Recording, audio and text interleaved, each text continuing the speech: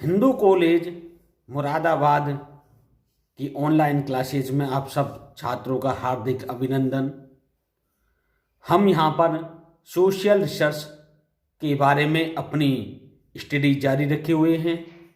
आज हम यहाँ पर चर्चा करेंगे प्रयोगात्मक या परीक्षणात्मक अनुसंधान अर्थात एक्सपेरिमेंटल रिसर्च के बारे में।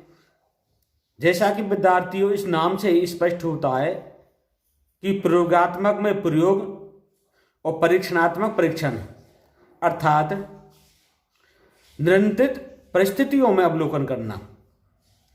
जब एक अनुसंधानकर्ता अपने सामाजिक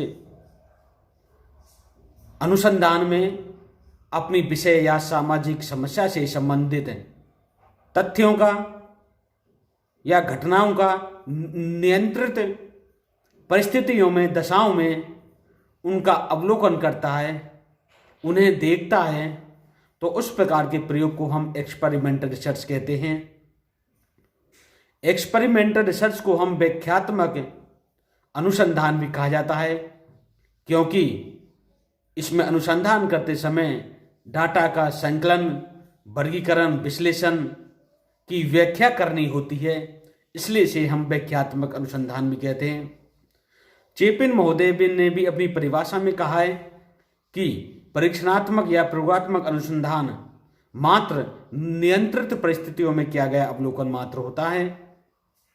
इस प्रकार प्रयोगात्मक अनुसंधान के द्वारा हम नए नए सिद्धांतों का निर्माण कर सकते हैं और जो सिद्धांत पुराने हो गए उनकी सत्यता का पता लगा सकते हैं।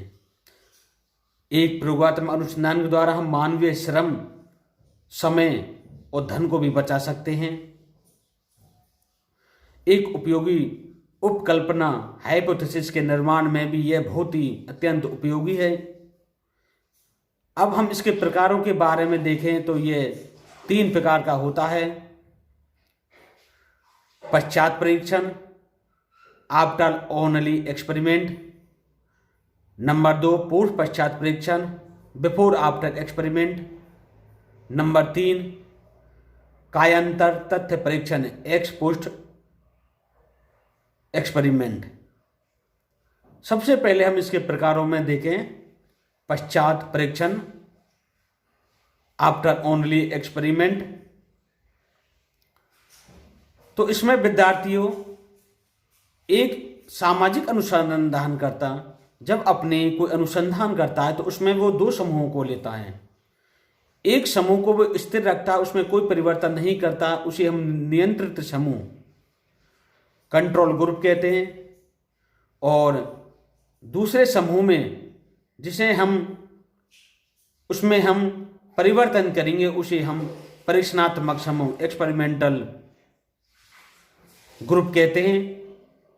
सबसे पहले हम जो हमारा परीक्षणात्मक समूह है हम उसे कुछ विशेष दशा या परिस्थिति या उस पर कारक का प्रभाव डालते हैं और हम देखते हैं कि उसमें कितना सामाजिक परिवर्तन आया है। तो दोनों समूहों की तुलना करते हैं। अगर दोनों समूहों की तुलना में उसमें परिवर्तन आया है तो हम मान लेते हैं उस कारक की वजह से ही उसमें परिवर्तन आया होगा। नंबर 2 पूर्व पश्चात परीक्षण, आफ्टर बिफोर एक्सपेरिमेंट। इसमें विद्यार्थियों केवल एक समूह लिया जाता है और उस समूह का पहले अध्ययन कर लिया जाता है, बाद में किसी नवीन कारक पर उसका प्रभाव डालकर देखते हैं कि उसमें कितना परिवर्तन हुआ। कुछ समय बाद इनकी तुलना करने पर पाया अगर उस समूह में परिवर्तन हो जाता है तो हम मान लेते हैं कि उस कारक की वजह से ही उसमें परिवर्तन आया है।